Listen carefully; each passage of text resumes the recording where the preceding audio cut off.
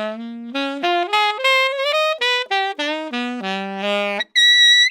that squeak. There's nothing much worse than that squeak when you're learning saxophone, particularly when you're an adult learner. It just makes you want to throw that sax out the window, right? But don't worry, there is a way to fix it. And in fact, today I'm going to show you 5 reasons why your saxophone is squeaking. And most importantly, then you'll understand how to fix it so you can get rid of that squeak in your saxophone playing forever. By the way, number 5 is a pretty cool tip you may not have thought of if you're an adult learner, so stick around for that one. Let's start by talking about tip number 1 and what's actually going on in that first example that I played for you.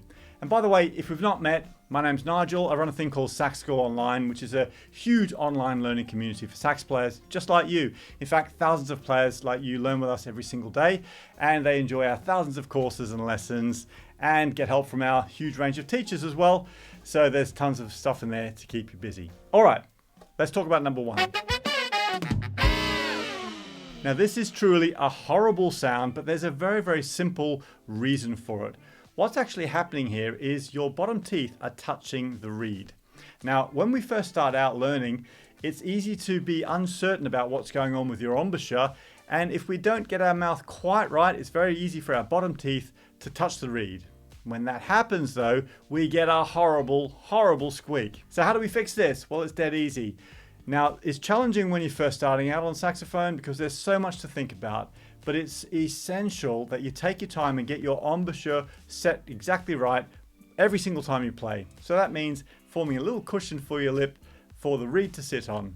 So the cushion with your lip can be formed by making the sound VOO, V-O-O, VOO. And if you do that, it does a couple of things. It makes a little natural round shape in your mouth, and it also bunches up your bottom lip, and the top fleshy part of your lip generally just folds over the top of your teeth just a little bit. That's a brilliant cushion for the reed though. It lets the reed vibrate and it lets you get a wonderful big sound.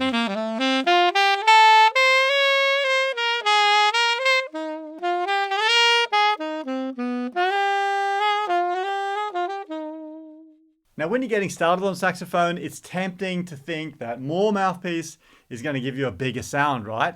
But actually it doesn't work like that. And a common mistake that a lot of adult learners make is they use too much mouthpiece when they're playing. Now, to get a really beautiful sound on your saxophone, you really need to think about how much mouthpiece you have in your mouth. And there's a point that is just right. And that's generally just at the point where the reed comes away from the mouthpiece. So if you notice your mouthpiece curves up and your reed is straight, and the point where the two separate, that's really where you should have your lip. Now, if you have too much mouthpiece in your mouth, well, you're not really supporting the reed at all. It vibrates really crazy, and that's when you get a horrible harsh sound and probably some of those squeaks. So the best way to get around this is to experiment by using just a little bit less mouthpiece in your mouth to see if that makes the sound better for you.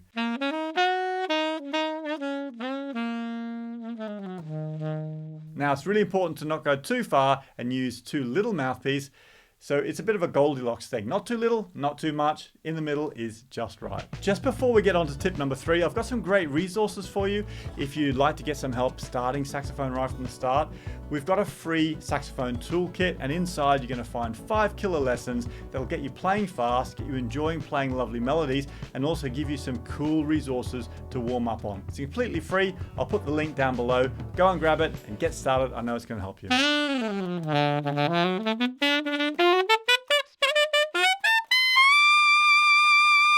An often overlooked cause of squeaky notes is actually our fingers. Now, there's a lot to think about when you're learning saxophone, and if you're coming to saxophone a bit later in life, or maybe you're coming back to saxophone later in life, it's easy to forget that fingers like our ring finger, even our middle finger, but definitely our ring finger, they aren't very coordinated actually.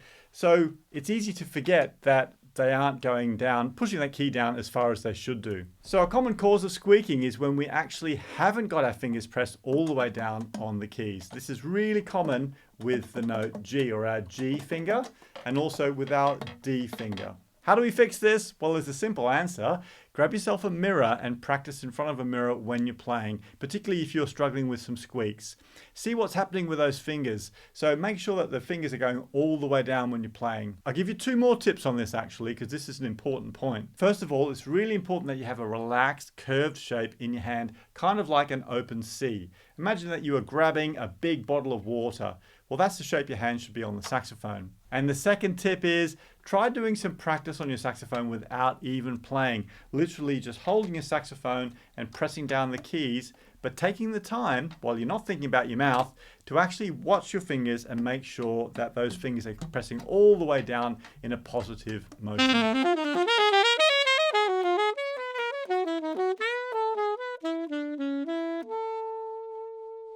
Now, depending on where you're practicing your saxophone, you might find that you're playing really quietly, or you might find that you're playing really loudly. Now, quite common, particularly for adult learners, we can fall into the trap of just using too much air to try and get that great big sound on our saxophones, right? The problem is, using a lot of air is great and it's going to get a big sound, but if our embouchure isn't yet strong enough to support that mouthpiece, we can really lose control of the reed and the mouthpiece, and we get a horrible edgy sound and often quite a lot of squeaks.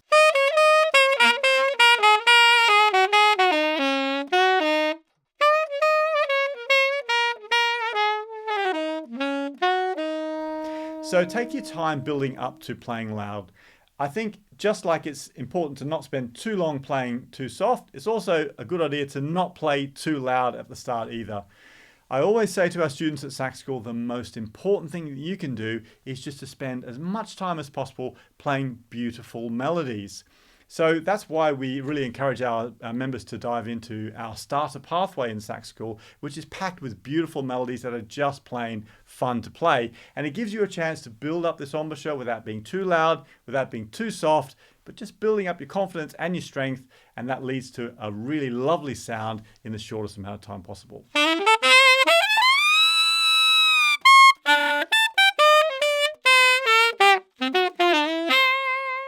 Now, just before we get on to tip number 5, don't forget to grab that free toolkit lesson bundle. I know it's really going to help you. The link is down below.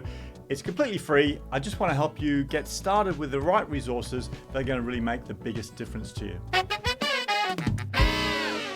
Okay, let's dig into number 5. Now, I mentioned that lots of adults don't think about this problem and it's easily overlooked. Obviously, there's a lot to think about when you're starting off on saxophone, and the reed is something that causes lots of problems, but most people just, I guess, don't know enough about or don't think to check. So, with your reed, first of all, I definitely suggest you use a cane reed. I use synthetic reeds. These are by Leger, and these are great if you're more experienced, but if you're just starting out, stick with cane until you know what size reed is right for you. And speaking of sizes, I'd suggest a size 1.5 or a size 2 to get started with. If you're using a harder reed than that, maybe a 2.5 or even a 3, you could find that that's causing a lot of squeaks as well. And you'll know, apart from the size on the reed that's printed on it, you'll also know if your mouth is getting super tired, or if you're having to blow really hard, but you're hardly getting any sound out of your saxophone. These are all indications that your reed is too hard. And by the way, reeds are not perfect, right? Sometimes they just warp, they go out of shape, and they don't seal on the mouthpiece. And you can always check to see if it's sealing on the mouthpiece once you've got your mouthpiece all together by simply putting the bottom of the mouthpiece against your hand and then sucking the air out. Hopefully you get a little pop sound like that. That tells you the reed's making a good seal. If you're not getting a good popping sound, then definitely swap your reed out for a new one. And one final tip on this as well is if you've got any damage at all to the tip of your reed, maybe a chip or a crack, definitely swap that reed out so you've got the best chance of having the best sound on your saxophone.